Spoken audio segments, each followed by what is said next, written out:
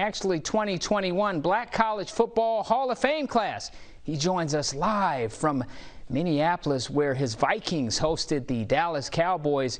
Greg, thank you for joining us, and I hope you and your family are well. Talk about being selected to the Black College Football Hall of Fame. Well, James, first of all, thank you for having me. And for the last 3 years, I have been a finalist, which is an honor within itself. But when I got the call this week from James Shaq Harris and Doug Williams, I got to tell you, it wasn't like David Baker from the Pro Football Hall of Fame knocking on the doors of the guys that are secluded in hotels.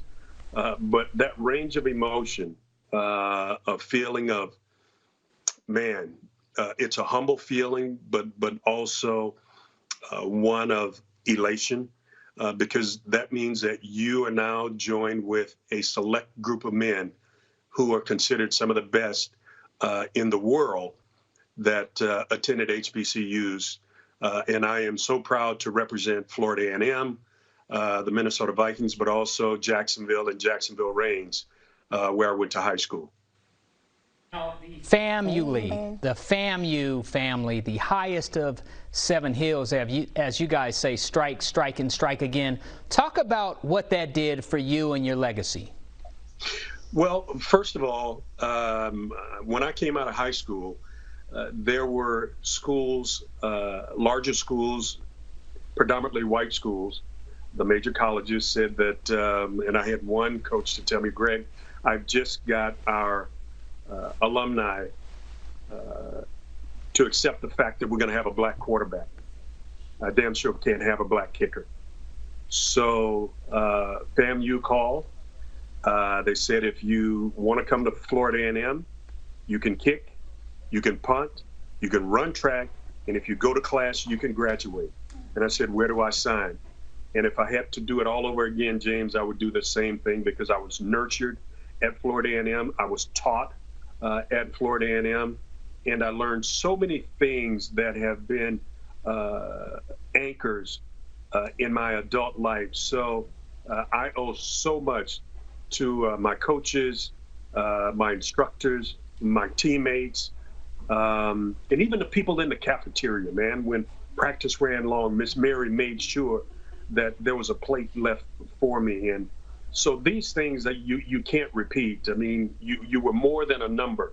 You were a person, and I owe so much to Florida A&M.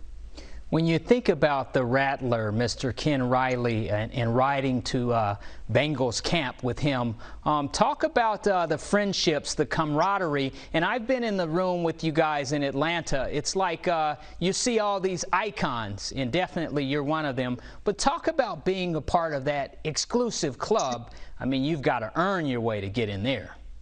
Well, first of all, you talk about Ken Riley, the Rattler.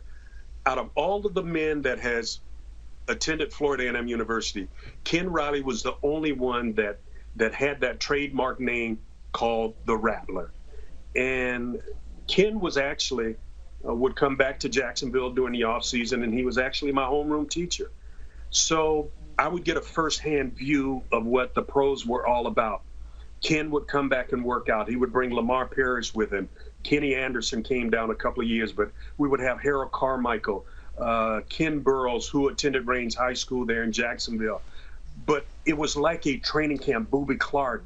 The list goes on and on and on. So they would not only show us what it took to be a pro, but they would talk to us about when you got there, how to conduct yourself, how to act, how to take care of yourself, your money, and all of those things, the pitfalls. So the relationships before I even got to the pros were established long before I even got to Florida A&M. So what I tried to do is pay it forward. So when Marquette King was punting in his senior year from Fort Valley State, he asked me to come down and watch him, and I did. And we have developed a strong relationship over the years. And I just can't wait till he gets another opportunity to punt in the National Football League. Well, folks, there you have it from my main man. He is Mr. Greg Coleman. He is now part of the exclusive group, the Black College Football Hall of Fame. He is a Hall of Famer. We will see you in the Hall of Fame.